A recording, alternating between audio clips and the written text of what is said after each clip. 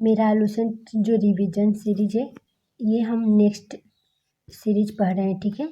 और हमारा नेक्स्ट यानी पिछले हम 14 पेज तक पढ़ चुके थे। आज हम 15 पेज से स्टार्ट करेंगे, ठीक है। उम्मीद है आप लोगों को अच्छा लगेगा, ठीक है। मेनली हम इस टॉपिक में गुप्त साम्राज्य के बारे में पढ़ रहे थे और गुप्त साम्राज्य के जो शासक कौन कौन उभर के रहे उनके बारे में। तो हम नेक्स्ट चलते हैं, ठीक है। ग्राम समूह की छोटी इकाई को पेठ बोला जाता था, किसमें? गुप्त काल में। गुप्त शासक कुमार गुप्त यानी दामोदरपुर ताम्रपत्र में भूमि बिक्री संबंधी अधिकारियों के क्रियाकलापों का उल्लेख मिला है। किसमें मिला है? दामोदर ताम्रपत्र अभिलेख में, ठीक है। भू राजस्व कुल उत्पादन 1/4 और 1/6 भाग हुआ करता था। आर्थिक उपयोगिता के आधार पर निम्न प्रकार के भूमि बांटे गए। कितने प्रकार के? निम्न प्रकार के भूमि को बांटा गया है, जिसमें से भूमि की बात करें तो क्षेत्र को कृषि करने योग्य भूमि, वास्तु को वास करने योग्य भूमि, चारागाह भूमि को वस्तुओं के चारा योग्य भूमि, सील को ऐसे भूमि जो अब जोतने योग्य नहीं हो उसको सील बोला जाता था, ठीक है। अपरहत यानी ऐसी भूमि जो जंगली हो, ठीक है। नेक्स्ट चलते हैं, हमारा नेक्स्ट गुप्तकालीन प्रसिद्ध मंदिर बोला गया है, ठीक है। तो विष्णु मंदिर की बात करते हैं। विष्णु मंदिर तिगवा स्थान पर है। कहाँ पर है? जबलपुर मध्य प्रदेश में, ठीक है। उसके बाद हमारा है शिव मंदिर। शिव मंदिर भूमरा स्थान पर है, जहाँ कहाँ है? भूमरा, नागौर मध्य प्रदेश, ठीक है। नेक्स्ट चलते हैं पार्वती मंदिर नैना यानी कुठार मध्य प्रदेश में, ठीक है। और दशावतार मंदिर की बात करते हैं, ये देवघर में है। कहाँ पर? ललितपुर यानी उत्तर प्रदेश में हमारा देवघर दशावतार मंदिर आ जाएगा, ठीक है। शिव मंदिर की बात करेंगे, खो में है, नागौद यानी एमपी में, ठीक है। और भीतर गाँव मंदिर लक्ष्मण मंदिर यानी भीतर गाँव कनकपुर यूपी में है, ठीक है। नेक्स्ट चलते हैं, सिंचाई के लिए रहट या घंटी का प्रयोग करता था। किसमें? गुप्त काल में हम सिंचाई को रहट घंटी यंत्र का प्रयोग होता है। श्रेष्ठ के प्रधान को ज्येष्ठक कहा जाता था। गुप्त काल में उज्जैन सर्वाधिक महत्वपूर्ण व्यापारिक केंद्र था, ठीक है। और गुप्त राजाओं ने सर्वाधिक स्वर्ण मुद्राएं जारी की थी। इसी ने सर्वाधिक स्वर्ण मुद्रा जारी की थी, ठीक है। इनके स्वर्ण मुद्रा का अभिलेख दिनार कहा जाता है, ठीक है। नेक्स्ट चलते जो कायस्थों के का सर्वप्रथम वर्णन याज्ञवल्क्य स्मृति में मिलता है, ठीक है। जाति के रूप में कायस्थों का सर्वप्रथम वर्णन उष्णम अमृत स्मृति में मिलता है। विंध्य जंगल में सभर जाति के लोग रहते थे और देवताओं को मनुष्य का मांस चढ़ाते थे। कौन? विंध्य जाति के लोग जो सभर जाति के थे। पहली बार किसी के सती होने का प्रमाण 510 के भानुगुप्त के एरन अभिलेख में मिलता है, ठीक है। जिसमें किसी भोज राज की मृत्यु पर उनकी पत्नी सती होने का उल्लेख है, ठीक है। नेक्स्ट चलते हैं, गुप्त काल में वेश्यावृत्ति करने वाली महिलाओं को गणिका कहा जाता था, ठीक है। अभी बुद्ध जो वृद्ध वेश्याएं का कुटनी कहा जाता था। गुप्त काल में जो वैष्णव धर्म के अनुयायी थे गुप्त काल वाले, ठीक है। तथा उन्होंने इसे राजधर्म बनाया था, ठीक है। विष्णु का वाहन गरुड़ गुप्त का राज चिन्ह था, ठीक है। गुप्त काल में वैष्णव धर्म संबंधी सबसे महत्वपूर्ण अवशेष देवगढ़ यानी ललितपुर का दशावतार मंदिर है, ठीक है। अब यह बेतवा नदी के तट पर है। कहाँ है? बेतवा नदी के तट पर है। नेक्स्ट चलते हैं, उसके बाद अजंता में निर्मित कुल 29 गुफाएं। कितने गुफाएं? 29। वर्तमान में केवल 6 ही शेष हैं, जिनमें से गुफा संख्या 16-17 गुप्तकालीन का है। और इसमें गुफा नंबर 16 में उत्कीर्ण वर्णाश्रम राजकुमारी का चित्र का प्रशंसनीय है, ठीक है। गुफा संख्या 17 के चित्र को चित्रशाला कहा गया। इस चित्रशाला में बुद्ध का जन्म, जीवन, महाभिनिष्क्रम एवं महापरिनिर्वाण की घटनाओं से संबंधित चित्र उद्धृत किया गया है, ठीक है। नेक्स्ट चलते हैं, जो अजंता की गुफाएं बौद्ध धर्म के महायान से संबंधित है। गुप्त काल में जो अजंता की गुफाएं किसे है? महायान से। गुप्त काल में निर्मित अन्य गुफा बाघ की गुफा है, ठीक है। जो बाघ की जिला यानी धार मध्य प्रदेश में है नामक स्थान पर विंध्य पर्वत को काटकर बनाई गई थी। यानी गुप्त काल के जो बाघ की मंदिर है विंध्य पर्वत को काटकर बनाई गई थी, ठीक है। नेक्स्ट गुप्त काल में विष्णु शर्मा द्वारा लिखित पंचतंत्र संस्कृत को संसार का सर्वाधिक प्रचलित ग्रंथ माना जाता है। बाइबल के बाद इनका स्थान जो है दूसरा स्थान है। इसे 5 भागों में बांटा गया है। मित्रभेद, मित्रलाभ, संधि विग्रह, लब्ध परनाश और अपरिच्छाकृत, ठीक है। आर्यभट्ट ने आर्यभट्टियम एवं सूर्य सिद्धांत नामक सिद्धांत दिए थे। किसने? आर्यभट्ट ने। उसने सूर्य ग्रहण एवं चंद्र ग्रहण के वास्तविक कारण भी बताए थे। आर्यभट्ट पहला भारतीय नक्षत्र वैज्ञानिक थे जिसने घोषणा की कि पृथ्वी अपनी धुरी पर घूमती है। कहाँ घूमती है? अपनी पृथ्वी अपनी धुरी पर घूमती है, ठीक है। नेक्स्ट जो वराहमिहिर के पुस्तक बृहत संहिता में नक्षत्र विद्या वनस्पति शास्त्र की यानी वनस्पति शास्त्र के प्राकृतिक इतिहास और भौगोलिक भौतिक भूगोल के विषयों पर चर्चा की गई है। ठीक है, वराहमिहिर ने पंचतंत्र यानी बृहरजाक लघुपाठ की रचना की थी। वराहमिहिर किसकी रचना की थी? पंच सिद्धांत बृहरजाक और लघु जातक की। ठीक है, ब्रह्मगुप्त इस युग के महान नक्षत्र वैज्ञानिक एवं गणितज्ञ थे। ठीक है, और उसने ये घोषणा करके न्यूटन सिद्धांत की पूर्व कल्पना कर ली और प्रकृति के नियम के अनुसार सभी वस्तुएं पृथ्वी पर गिरती है, क्योंकि ये पृथ्वी स्वभाव से ही वस्तुओं को अपनी ओर आकर्षित करती है। इसे न्यूटन से पहले हमारे किसने दे दिया था? ब्रह्मगुप्त ने ही इस सिद्धांत को दे दिया था। ठीक है, नेक्स्ट चलते हैं। नेक्स्ट हमारा है गुप्त काल में पलकांडों ने पशु चिकित्सा पर हस्त्यायुर्वेद लिखा था। ठीक है, न्यूनतम कम की रचना गुप्त काल में की गई।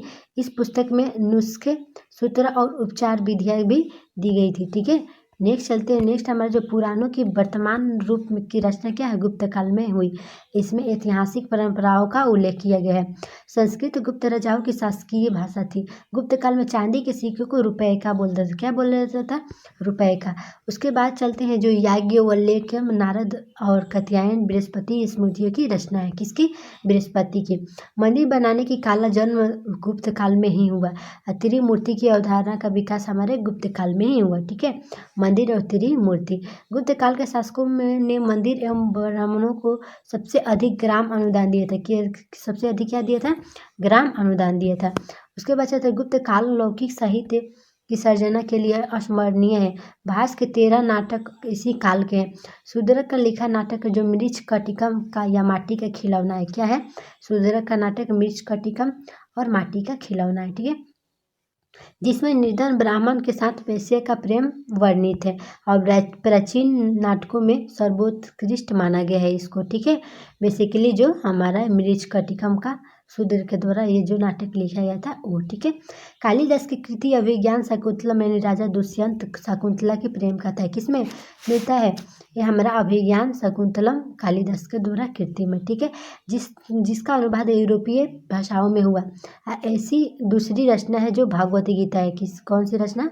दूसरी रचना हमारी भगवती गीता है। सांस्कृतिक उपलब्धियों के कारण गुप्त काल को भारतीय इतिहास का स्वर्ण युग कहा जाता था। ठीक है, और नगरों का क्रमिक पतन यानी गुप्त काल की महत्वपूर्ण विशेषता माना गया है। ठीक है, उसके बाद चलते हैं वाकाटक के राजवंश। ठीक है, वाकाटक राजवंश का स्थापना 255 में होता है। ठीक है, ईस्वी में।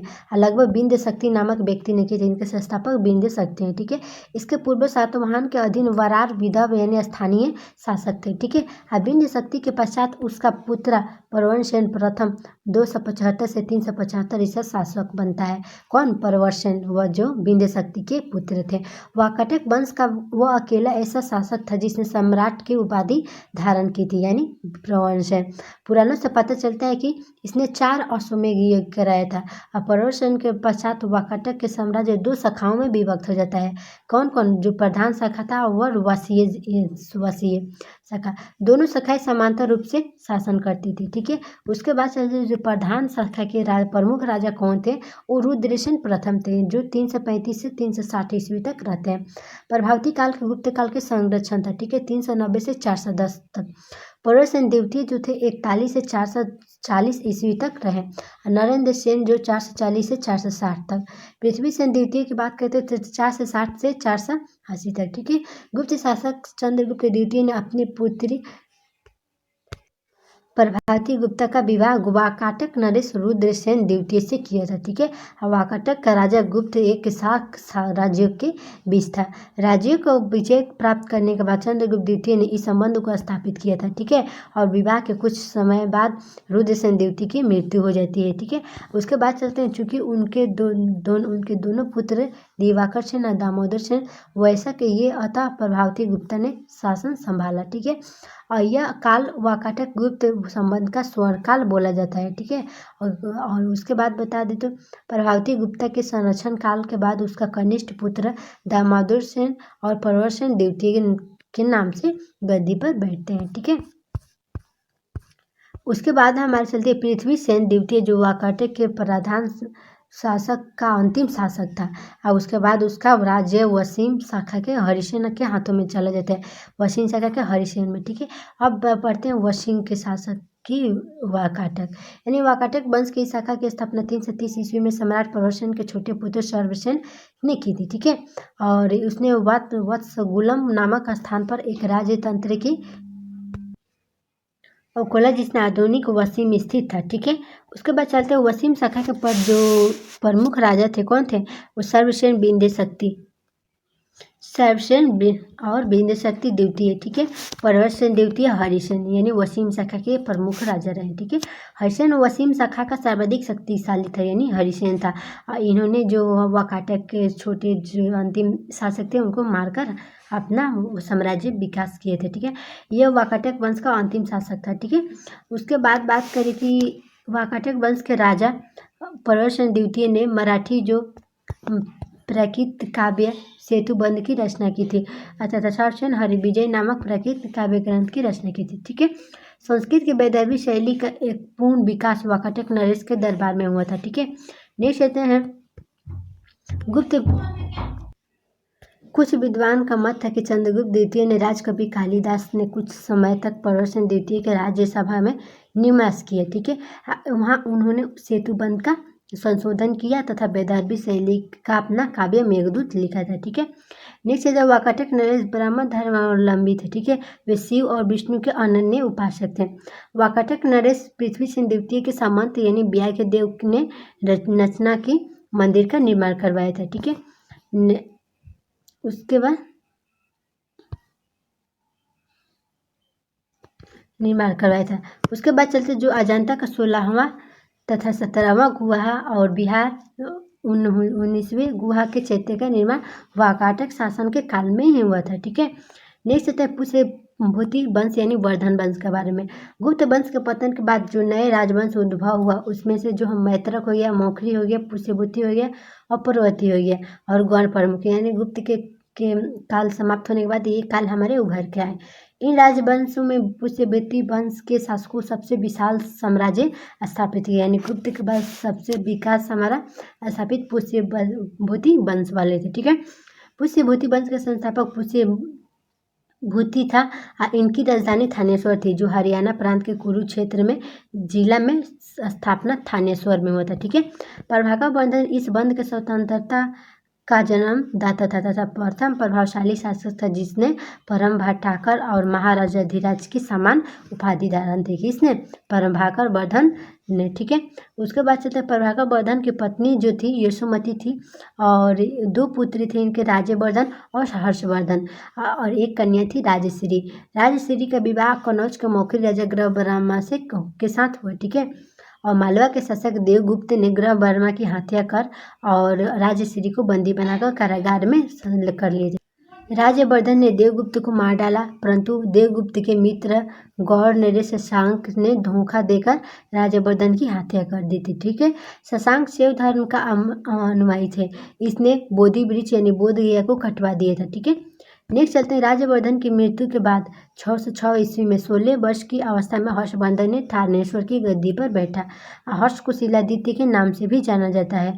इसने परमभाटाकर नरेश की उपाधि धारण की थी और हर्ष ने शशांक को पराजित करके कनौज पर अधिकार कर लिया था तथा इसकी राजधानी बनवा दिया था। ठीक है, और उसके हर्ष और पुलकेशिन द्वितीय के बीच नर्मदा नदी के तट पर यह युद्ध जिसे हर्ष की पराजय हो जाती है। किस नदी के किनारे, नर्मदा नदी के किनारे हर्ष और पुलकेशिन द्वितीय के बीच होता है। ठीक है, चीनी यात्री हेनसांग हर्षवर्धन के शासनकाल में भारत आया था। हेनसांग की यात्रियों के में राजकुमार नीति का पंडित वर्तमान शाक्य मुनि थे। ठीक है, और वह नालंदा विश्वविद्यालय में पढ़ने वाले बौद्ध ग्रंथ संग्रह करने के उद्देश्य से भारत आया था। ठीक है, उसके बाद चलते हैं जो हर्ष 641 में अपने दूत चीनी भेजे थे। 643 एवं 645 में 2 चीन देवते उसके दरबार में आए थे। कौन कौन, यानी 641 और दूत चीनी 643 और 645 के बीच। हर्ष ने कश्मीर के शासक बुद्ध के दंत अवशेष बलपूर्वक प्राप्त किए और हर्ष के पूर्वज भगवान शिव और सूर्य का अनन्य उपासक थे। ठीक है, हर्ष और भगवान शिव और सूर्य के उपासक थे। प्रारंभ में हर्ष भी अपने कुल देवता का शिव परम भक्त था। चीनी यात्री हेनसांग से मिलने के बाद उसने बौद्ध धर्म की महायान शाखा राजस्य प्रदान किया था तथा पूर्ण बौद्ध बन गया। हर्ष के शासन का जो हर्ष के समय नालंदा महाविहार और महायान बौद्ध धर्म की शिक्षा ली। इसने हर्ष ने महाविहार और महायान बौद्ध धर्म की शिक्षा ली थी। उसका प्रधान केंद्र था। हर्ष के समय प्रयाग में प्रति 5वें वर्ष एक समारोह आयोजित किया जाता था जिसने महामोच परिषद कहा जाता था। क्या बोला जाता था? महामोच। हेनसांग के स्वयं 6ठे समारोह में सम्मिलित हुआ। वारभट्ट हर्ष के दरबारी कवि थे। किसने? कौन थे? वारभट्ट। इन्होंने हर्षचरित कादम्बरी की रचना की थी, यानी 2 हर्षचरित और कादम्बरी, इन दोनों का रचना वारभट्ट किए थे। ठीक है। और जो प्रियदर्शिका रत्नावली नागानंद नामक 3 संस्कृत नाटक की ग्रंथों की रचना हर्ष ने की थी। कहा जाता है कि धावक नामक कवि इसने हर्ष से पुरस्कार लेकर उसके नाम से 3 नाटक लिखे थे। कौन कौन? प्रियदर्शी, रत्नावली और नागानंद, जो संस्कृत भाषा में है। और धावक नामक कवि ने हर्ष से पुरस्कार लेकर इस नाटक को लिखा था। हर्ष को भारत का अंतिम हिंदू सम्राट कहा गया, लेकिन वह ना तो कट्टर हिंदू था और ना ही देश के शासक थे। ठीक है। और हर्ष के अधीन शासक महाराज और महासामंत थे। कौन थे? महाराज और महासामंत। हर्ष के मंत्री परिषद के मंत्री को सचिव या अमात्य बोला जाता था। क्या बोला जाता था? सचिव या अमात्य बोला जाता था। प्रशासन की सुविधा के लिए हर्ष साम्राज्य कई प्रांतों में विभाजित था। प्रांत को भुक्ति बोला जाता था और प्रत्येक भुक्ति को राजस्थानीय, उपरिक तथा राष्ट्रीय कहलाता था। ठीक है। और हर्ष चरित में प्रांतीय शासक के लिए लोकपाल शब्द आया। ठीक है। भुक्ति का विभाजन जिलों में हुआ और जिलों की संज्ञा थी भुक्ति विषय, और जिसका प्रधान विषयपति, यानी जो विषय का प्रधान किससे बोला जाता है? विषयपति। विषय के अंतर्गत कई पाठक आधुनिक जो तहसील थे। ठीक है। और ग्राम शासन के सबसे छोटी इकाई जो थी, ग्राम शासन की सबसे छोटी इकाई थी। और ग्राम शासन का प्रधान ग्राम छपटकली कहा जाता था। अब पुलिस कर्मियों को चाट या भाट, यानी दंडिक पुलिस विभाग के एसोसिएशन के अधिकारियों के था। ठीक है। सबसे पहले बता दें, जो पुलिस विभाग थे वो चाट भाट कहा जाता था और दंड पासिक तथा दंडिक पुलिस विभाग के अधिकारी होते थे। एसोसिएशन के अधिकारियों को जो विदेश्वर पैदल सेना के अधिकारियों को बलाधिकृत या महाबलाधिकृत कहा जाता था। हर्ष सिंचाई के साधन के रूप में तुला यंत्र और जल पंप का उल्लेख मिलता है। उसके बाद चलते हैं। हर्ष के समय मथुरा सूती वस्त्रों के निर्माण के लिए प्रसिद्ध था। और दक्षिण भारत के प्रमुख राजवंश की बात करें तो पल्लव आते हैं। पल्लव वंश के संस्थापक श्री विष्णु थे। कब से कब? 575 से 600 ईस्वी तक था। इसकी राजधानी कांची तमिलनाडु में कांचीपुरम में थी। वह वैष्णव धर्म का अनुयायी था। किरात जोनियम का लेखक भारवी थे। सिंह विष्णु के दरबार में रहते थे। कौन? भारी किरात जोनियम, यानी पल्लव वंश के शासक में। पल्लव वंश के जो प्रमुख शासक थे क्रमशः महेंद्र वर्मन था जो 606 से 30 ईस्वी, नरसिंह वर्मन प्रथम था जो 606 से 668। उसके बाद बोले तो महेंद्र वर्मन द्वितीय थे, परमेश्वर वर्मन थे, और नरसिंह वर्मन थे और नंदी वर्मन थे। पल्लव वंश का अंतिम महत्वपूर्ण शासक अपराजित वर्मन 808 से 903 में हुआ। ठीक है। मत विलास का रचना किसने किया था? महेंद्र वर्मन। और महेंद्र वर्मन शुरू में जैन धर्म से के अनुयायी थे, परंतु बाद में तमिल संत के अपर प्रभाव के कारण वो शैव धर्म स्वीकार कर लेते हैं। ठीक है। महाबलीपुरम के एकाश्म मंदिर जिन्हें रथ कहा गया का निर्माण पल्लव राजा नरसिंह वर्मन प्रथम के द्वारा करवाया गया था। रथ मंदिर की संख्या 7 है, यानी रथ मंदिर में सबसे छोटा द्रौपदी रथ जिसमें किसी प्रकार का अलंकरण नहीं मिलता है। ठीक है। वातापी कुंड के और महामल की उपाधि नरसिंह वर्मन प्रथम ने धारण की थी।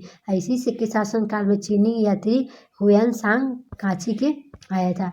और परमेश्वर वर्मन प्रथम शैव मतान्वित थे, उसने लोकादित्य, एकामल और रंजय, अत्यंत काम, उग्रदंड और सुगभाजन आदि की रचना उपाधियां ग्रहण की थी। इसने मामल्लपुरम में गणेश मंदिर का निर्माण करवाया था। परमेश्वर मंदिर बर्मन थे प्रथम विद्या प्रेमी थे। उसने विद्या विनीत की उपाधि भी ली थी। अरबों के शासन का आक्रमण के समय पल्लवों का शासक नरसिंह वर्मन द्वितीय थे और उसने राजा सिंह, रजाओं का सिंह, आगम प्रिय, शास्त्रों का प्रेमी और शंकर भक्त, शिव का उपासक की उपाधि धारण की थी। उसने कांची में कैलाश मंदिर का निर्माण करवाया था। उसने राजसिद्धेश्वर मंदिर भी कहा जाता है कांची के कैलाश मंदिर को। इस मंदिर के निर्माण से द्रविड़ स्थापत्य कला की शुरुआत हुई। महाबलीपुरम में सूर्य मंदिर का निर्माण नरसिंह वर्मन द्वितीय ने किया था। और उसके बाद चलते हैं कांची के कैलाश मंदिर में पल्लव राजाओं और रानियों की आदमकद तस्वीरें लगी है। आदर्श कुमार चरित्र लेखक दंडी नरसिंह वर्मन द्वितीय के दरबार में रहते थे। कांची के मुक्तेश्वर मंदिर जो बैकुंठ पेरुमल माल मंदिर का निर्माण नंदीवर्धन द्वितीय ने करवाया था। उसके बाद चलते हैं प्रसिद्ध वैष्णव संत जो तिरुमंडई आलवार नंदीवर्मन द्वितीय के समकालीन थे। चलते हैं नेक्स्ट चोल वंश के बारे में। 9वीं शताब्दी में चोल पल्लव के ध्वंसवंश पर स्थापित हुआ। इस वंश का संस्थापक विजयालय थे जो 885 से 87 तक रहे। इसकी जो राजधानी थी वो तंजौर थी और तंजौर का वास्तुकार जो कुंजर मल्लन जो राजराज पेरू था चलन था। ठीक है। और विजयालय की बात करें तो विजयालय ने नर केसरी की उपाधि धारण की थी। निसुम्भसुदिनी देवी मंदिर का बनवाया था। चोलों को स्वतंत्र राज्य आदित्य प्रथम ने स्थापित किया था।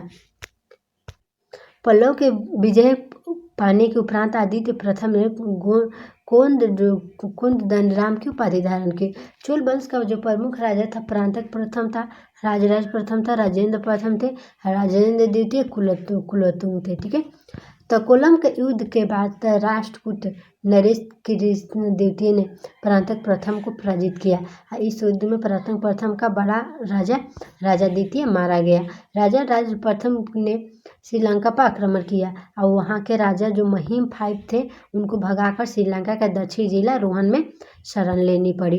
राज प्रथम श्रीलंका के विजित प्रदेशों में चोल साम्राज्य का एक नया प्रांत जो मुंडीचोलमपुरम बनाया था। ठीक है। और जो पोलमरुआ को इसकी राजधानी बनाया था। नेक्स्ट चलते हैं राजराज प्रथम जो थे वो शैव धर्म का अनुयायी थे। इसने तंजौर का राजराजेश्वर शिव मंदिर बनवाया था। चोल साम्राज्य का सर्वाधिक विस्तार राजेंद्र प्रथम के शासनकाल में हुआ। बंगाल के पाल शासक महिपाल को पराजित करने के बाद राजेंद्र प्रथम ने गंगईकोट चोल की उपाधि धारण की थी। नवीन राजधानी गंगईकोट चोलपुरम के निकट चोल गंगम नामक विशाल तालाब की निर्माण करवाया था। ठीक है।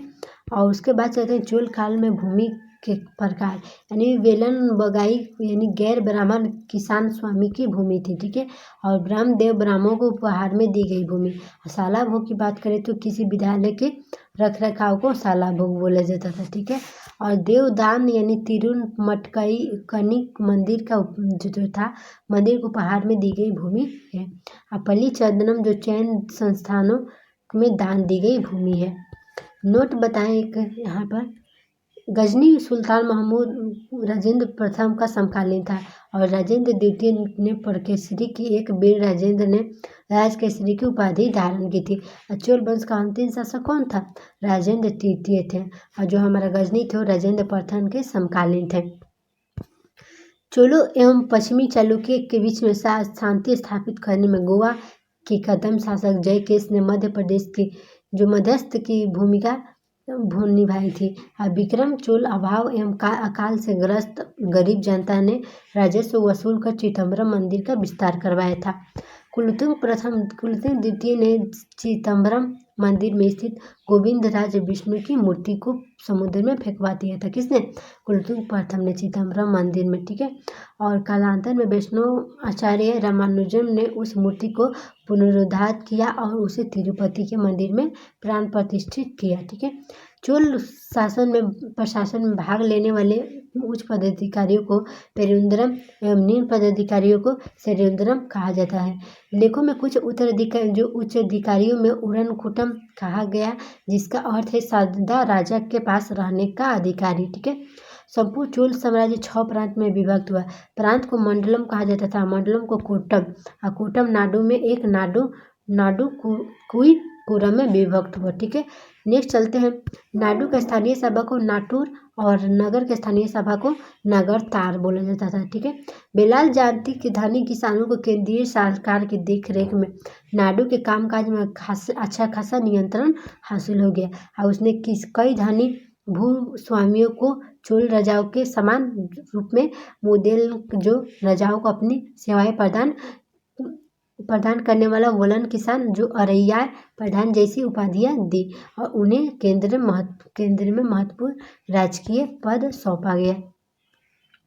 स्थानीय स्वशासन चोल प्रशासन की मुख्य विशेषता थी, और उर जो सर्वधारक लोगों में समिति था, जिसका कार्य होता था कि सार्वजनिक कल्याण के लिए तालाब और बगीचों के निर्माण हेतु गांव की भूमि को अधिग्रहण करना, यानी इसका कार्य उर का काम होता था। ठीक है, सभा एवं महासभा एवं मूलतः अग्रग्राहों और ब्राह्मणों की बस्तियों की सभा थी, जिसके सदस्यों को पेरुमक्कल और कहा जाता था। यह सभा वरियम नामक की समिति के द्वारा अपने कार्य को संचालित किया। उसके बाद चलते हैं। सभा की बैठक गांव में मंदिर निकट, ब्रिज के निकट या तालाब के किनारे होती थी। व्यापारियों की सभा नगरम कहलाती थी। क्या कहलाती थी? नगरम। चोल काल में जो भूमि का उपज था वो 1/3 भाग हुआ करता था। गांव की कार्य समिति की सदस्यता के लिए वेतनभोगी कर्मचारी रखे जाते थे, यानी उन्हें मध्यस्थ बोला जाता था। जो उत्तर मेरूर अभिलेख के अनुसार सभा की सदस्यता, यानी सभा की सदस्यता के लिए इच्छुक लोगों को ऐसी भूमि का स्वामी होना चाहिए जहाँ से भू राजस्व वसूला जाता है, यानी उसके पास अपना घर होना चाहिए। उनकी उम्र 35 से 70 होनी चाहिए। उन्हें वेदों का ज्ञान होना चाहिए। उन्हें प्रशासनिक मामलों की अच्छी जानकारी होनी चाहिए, और वो ईमानदार होना चाहिए। यदि कोई पिछले 3 सालों में किसी समिति का सदस्य रहा हो तो वो किसी और समिति का सदस्य नहीं बन सकता है। जिसने अपने विषय सम्बन्धी खाते जमा नहीं करवाए वह चुनाव नहीं लड़ सकता। ये सारी हमारी कुछ व्यवस्था थी चोल काल में। ठीक है, उसके बाद चलते हैं। जो ब्राह्मण को दी गई करम मुक्त भूमि को चतुर्वेदी मंगलम दान में दी गई भूमि को ब्रह्मदेव कहलाती थी। चोल सेना का सबसे संगठित अंग था पदापी सेना, यानी चोल काल में कलंजु सोने की शिखा थी। और तमिल कवि में जो जयन गोदर प्रसिद्ध कवि था, जो कुलोत्तुंग प्रथम का राजकवि था, यानी कुलोत्तुंग प्रथम का राजपति हमारा जयन गोदर था, जिसकी रचना कलिंग तूपनी है। कंबन जो ओटकुनर और पुगलेंदी को तमिल साहित्य का त्रिरत्न कहा जाता है, यानी 3 को ये। जो पंप पूर्ण रंग कन्नड़ साहित्य का त्रिरत्न कहा जाते थे।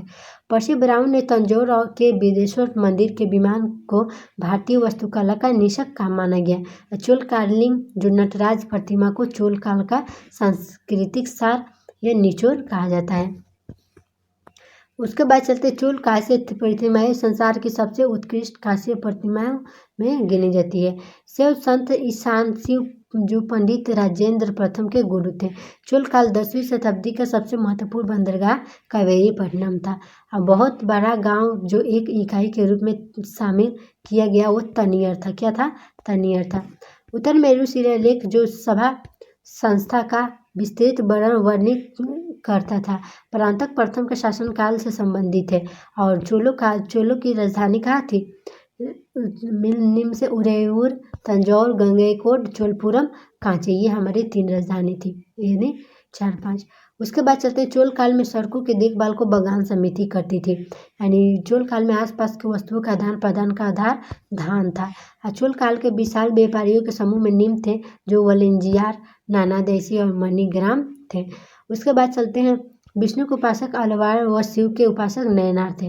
नेक्स्ट हम चोल के बारे में पढ़िए। नेक्स्ट हमारे टॉपिक में हम राष्ट्रकूट के बारे में पढ़ेंगे। ठीक है, उम्मीद है आप लोगों को सीरीज बिल्कुल अच्छा लगेगा, और मैं ऑलमोस्ट 30 मिनट में इस लुसेंट सीरीज को रिवीजन करवाऊंगी। और नेक्स्ट में एक सीरीज में आपको दृष्टि है इसका हिस्ट्री के बुक को मैं फिर से उसको रीडिंग करवाऊंगी, और अच्छे से रिविजन्स के साथ उसको डीप में डिस्कशन के साथ पढ़ेंगे, जो हमारा दृष्टि का हिस्ट्री का बुक है। उसके यहीं तक मैं इस सीरीज को रखती हूँ। ओके, उम्मीद है आप सभी को ये सीरीज अच्छा लग रहा होगा। Okay, bye.